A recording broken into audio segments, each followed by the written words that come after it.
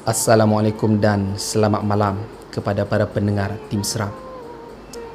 Malam ini Pak Do akan ketengahkan sebuah kisah yang Pak Do terima daripada salah seorang pendengar Tim Seram yang ingin dikenali sebagai Farid.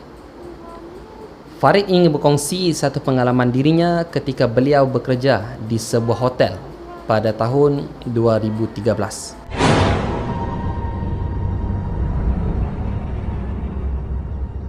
Sebelum itu, Pak Do ingin mengingatkan kepada para pendengar, jangan terlalu taksub dan jadikan ia sebagai ikut-ikutan.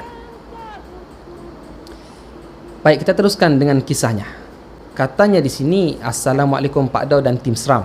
Saya ingin berkongsikan tentang kisah yang saya lalui pada tahun 2013 yang terjadi kepada saya sendiri di sebuah hotel. Dan namanya Pak Do tidak dapat kongsikan di sini. Hotel ini menjadi tumpuan ramai kerana lokasinya terletak di tengah bandar Kuantan. Untuk pengetahuan semua, hotel ini sering juga menerima kunjungan daripada pelancong-pelancong daripada luar negara. Jadi Pak Do, serba sedikit saya perlu jugalah untuk mahir dalam berbahasa Inggeris, katanya Farid. Dan untuk pengetahuan semua, jawatan saya di sana adalah sebagai reception. Pada ketika itu, masih banyak lagi yang perlu saya belajar tentang kerja serta banyak jugalah kisah-kisah yang belum saya tahu mengenai sejarah hotel tersebut. Pernah saya mendengar beberapa cerita seram di hotel itu.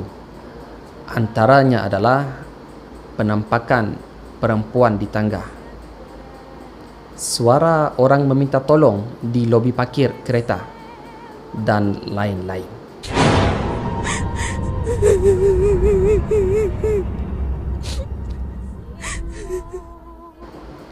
Cuma ialah Pak Do, saya sekadar dengar dan tak endahkan sangat dengan cerita-cerita ini. Sebab saya ke sana hanya untuk mencari rezeki, bukan sebab lain. Jadi saya beranikan diri sajalah, katanya Farid. Para pendengar Tim Seram, nak dijadikan cerita, pada minggu kedua saya bekerja di hotel itu, saya diarahkan untuk bekerja pada shift malam dengan seorang supervisor yang bernama Encik Azman, bukan nama sebenar. Jadi pada waktu itu jam baru menunjukkan pukul 8 malam. Kisah ini terjadi apabila Encik Azman terpaksa pulang kerana beliau menerima panggilan yang menyatakan anaknya terlibat dengan kemalangan. Farid, maaf ya, abang terpaksa pulang ni sebab anak abang accident lah. Nanti kalau apa-apa kau tolong uruskan apa-apa kau call je abang, okey? Pada awalnya Pak Do, saya agak risau, bukan sebab memikirkan tentang gangguan, katanya. Tetapi risau, kot-kot ada jugalah benda yang saya tidak dapat uruskan. Maklumlah, saya bekerja pun belum sampai sebulan, katanya di sini. Para pendengar, ketika beliau sedang melakukan kerja, tiba-tiba telefon di meja reception berbunyi. Lalu beliau mengangkat dan ternyata panggilan itu daripada pelanggan yang meminta tolongnya untuk menghantar tuala ke bilik yang berada di tingkat 16. Farid terus bergegas ke bilik tersebut dengan menggunakan lift utama di lobi. Setibanya di tingkat 16, para pendengar, setelah pintu lift terbuka, Farid terkejut kerana beliau dapati sepanjang walkway di tingkat itu sangat gelap. Ya Allah, kenapa gelap sangat ni? Macam tak ada orang duduk di sini. Sehingga kan beliau terpaksa menggunakan lampu handphonenya untuk ke bilik tersebut. Setelah beliau tiba di hadapan pintu bilik tersebut, beliau menekan butang loceng untuk memanggil orang di dalam. Hello, room service. Hello, room service. Berkali-kali Pak Do saya memanggil. Yang anehnya, agak lama jugalah saya menunggu di pintu. Tetapi tiada siapapun yang membuka pintu. Hati saya mula rasa tidak nyaman kerana tiada siapa berada di kaunter reception, katanya di sini. Oleh itu Pak Do, saya membuat keputusan untuk turun kembali ke kaunter. Para pendengar Tim Seram, semasa Farid memusing tubuhnya untuk ke lift, beliau tiba-tiba terkejut kerana mendengar ada suara dari dalam bilik yang sedang menangis meminta tolong. Ada orang rupanya, beliau berkata dalam hatinya.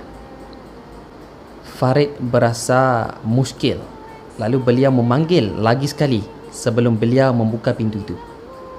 Hello, ada orang kat dalam ke? Hello, room service ni. Hello.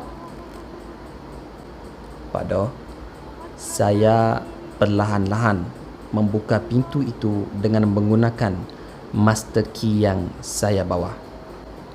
Para pendengar Tim Seram, semasa saya membuka pintu itu, saya terkejut kerana saya mendapati bilik itu kosong. Wah, agak seram ya. Dan lagi menyeramkan Pak Do, bilik itu berhabuk seakan-akan bilik ini sudah lama tidak digunakan. Jadi cuba anda bayangkan, anda telah mendengar suara tersebut yang datangnya dari bilik itu.